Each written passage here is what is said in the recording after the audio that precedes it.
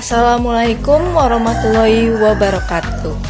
Perkenalkan, nama saya Utari Pratiwi dari Prodi D3 Keperawatan tingkat 2 semester 3. Di sini saya akan membahas 3 patofisiologi. Yang pertama, ada patofisiologi tetanus. Yang kedua, rabies. Yang ketiga, difteri. Baik, yang pertama ada patofisiologi tetanus atau biasa disebut dengan Clostridium tetani. Masuk ke dalam tubuh manusia biasanya melalui luka dalam bentuk spora. Penyakit akan muncul bila spora tumbuh menjadi bentuk vegetatif yang menghasilkan tetanospasmin pada keadaan tekanan oksigen rendah, nekrosis jaringan atau berkurangnya potensi oksigen. Masa inkubasi dan bertanya penyakit terutama ditentukan oleh kondisi luka. Beratnya penyakit terutama berhubungan dengan jumlah kecepatan produksi toksin serta jumlah toksin yang mencapai susunan saraf pusat. Faktor-faktor tersebut selain ditentukan oleh kondisi luka, mungkin juga ditentukan oleh strain Clostridium tetani.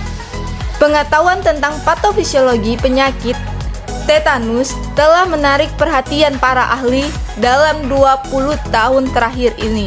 Namun, kebanyakan penelitian berdasarkan atas percobaan pada hewan.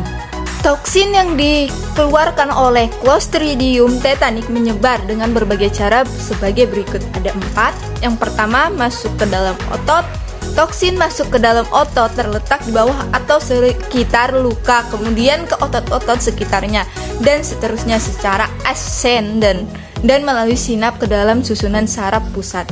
Yang kedua, ada penyebaran melalui sistem limfatik. Toksin yang berada dalam jaringan akan secara cepat masuk ke dalam nodus limfatikus. Selanjutnya, melalui sistem limfatik masuk ke peredaran darah sistemik. Yang ketiga, penyebaran ke dalam pembuluh darah. Toksin masuk ke dalam pembuluh darah, terutama melalui sistem limfatik. Namun, dapat pula melalui sistem kapiler di sekitar luka. Penyebaran melalui pembuluh darah merupakan cara yang penting, sekalipun tidak menentukan beratnya penyakit. Pada manusia, sebagian besar toksin diabsorpsi ke dalam pembuluh darah sehingga memungkinkan untuk dinetralisasi atau ditahan dengan pemberian antitoksin dengan dosis optimal yang diberikan secara intravena. Toksin tidak masuk ke dalam susunan saraf pusat melalui peredaran darah karena sulit untuk menembus sawar otak. Sesuatu hal yang sangat penting adalah toksin bisa menyebar ke otot-otot lain, bahkan ke organ lain melalui peredaran darah sehingga secara tidak langsung meningkatkan transport toksin ke dalam susunan saraf pusat. Yang keempat, toksin masuk ke susunan saraf pusat. Toksin masuk ke dalam susunan saraf pusat dengan penyebaran melalui serabut saraf. Secara cara toksin mencapai susunan saraf pusat melalui sistem saraf motorik, sensorik, dan autonom. Semua toksin yang mencapai anterior medula spinalis atau nukleus motorik batang otak kemudian bergabung dengan reseptor presinaptik dan saraf inhibitor. Baik, yang kedua saya akan menjelaskan tentang patofisiologi virus rabies. Virus rabies yang terdapat pada air liur hewan yang terinfeksi menularkan kepada hewan lainnya atau manusia melalui gigitan atau melalui jilatan pada kulit yang tidak utuh.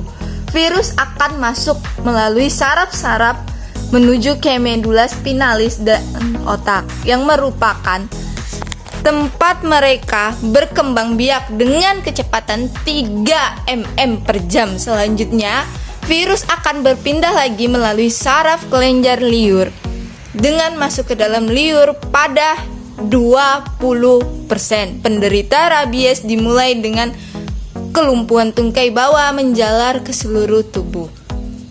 Tetapi, penyakit ini biasanya dimulai dengan periode yang pendek dan depresi mental, keresahan, tidak enak badan, dan demam. Keresahan akan meningkatkan menjadi kegembiraan yang tak terkendali dan penderita akan mengeluarkan air liur. Kejang otot, tenggorokan, dan pita suara bisa menyebabkan rasa sakit yang luar biasa. Kejang ini terjadi akibat adanya gangguan daerah otak yang mengatur proses menelan dan pernapasan. Angin sepoi-sepoi dan mencoba untuk minum air bisa menyebabkan kekejangan ini. Oleh karena itu, penderita rabies tidak dapat minum. Gejala ini disebut dengan hidrofobia atau takut air.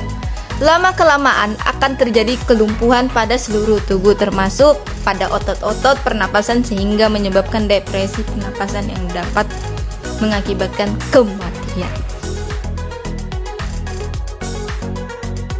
Baik, di sini saya akan menjelaskan yang ketiga, patofisiologi difteri. Difteri masuk ke hidung atau mulut di mana basil akan menempel di mukosa saluran napas bagian atas, kadang-kadang kulit, mata atau mukosa. Setelah 2-4 jam hari masa inkubasi kuman dengan Kroip-Nephrek menghasilkan toksik yang mula-mula diabsorpsi oleh membran sel, kemudian penetrasi dan interferensi dengan sintesa protein bersama-sama dengan sel kuman mengeluarkan suatu enzim penghancur terhadap nikotinamid dinukleot atau biasa disebut dengan NAD, sehingga sintesa protein terputus karena enzim dibutuhkan untuk memindahkan asam amino dan RNA dengan memperpanjang rantai polipeptidia. Akibatnya terjadi nekrosel yang menyatu dengan nekrosis jaringan dan membentuk eksudat yang mula-mula dapat diangkat. Produksi toksin kian meningkat dan daerah infeksi makin meluas. Akhirnya terjadi eksudat fibrin, perlengketan dan membentuk membran yang berwarna dari abu-abu sampai hitam. Tergantung jumlah darah yang tercampur dari pembentukan membran tersebut. Apabila diangkat, maka akan terjadi pendarahan dan akhirnya menimbulkan difteri. Hal tersebut dapat menimbulkan beberapa dampak, antara lain sesak napas sehingga menyebabkan pola napas tidak efektif. Yang kedua, anoreksia sehingga penderita tampak lemah sehingga terjadi intoleransi aktivitas. Baik, buat teman-teman yang sudah nonton video penjelasan saya dari yang ketiga patofisiologi, yang pertama tadi ada patofisiologi tetanus, yang kedua ada rabies, yang ketiga ada difteri. Terima kasih buat teman-teman yang sudah mau menonton video saya. Jangan lupa like, comment, and subscribe. Dan mohon maaf jika masih ada kekurangan di dalam video saya. Saya pamit undur diri. Terima kasih. Wassalamualaikum warahmatullahi wabarakatuh.